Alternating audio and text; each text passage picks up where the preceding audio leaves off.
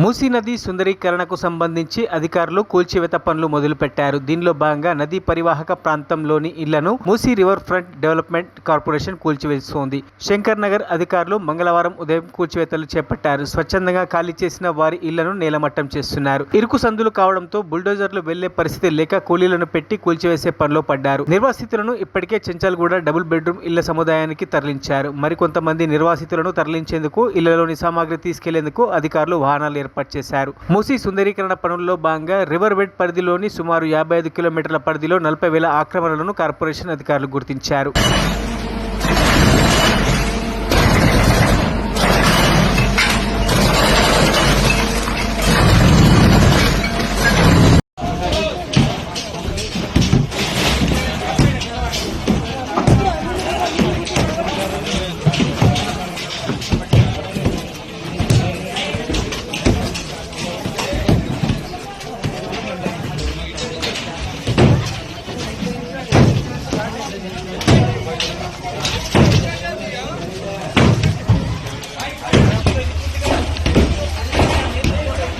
మరిన్ని అప్డేట్స్ కోసం మా ఛానల్ని సబ్స్క్రైబ్ చేయండి.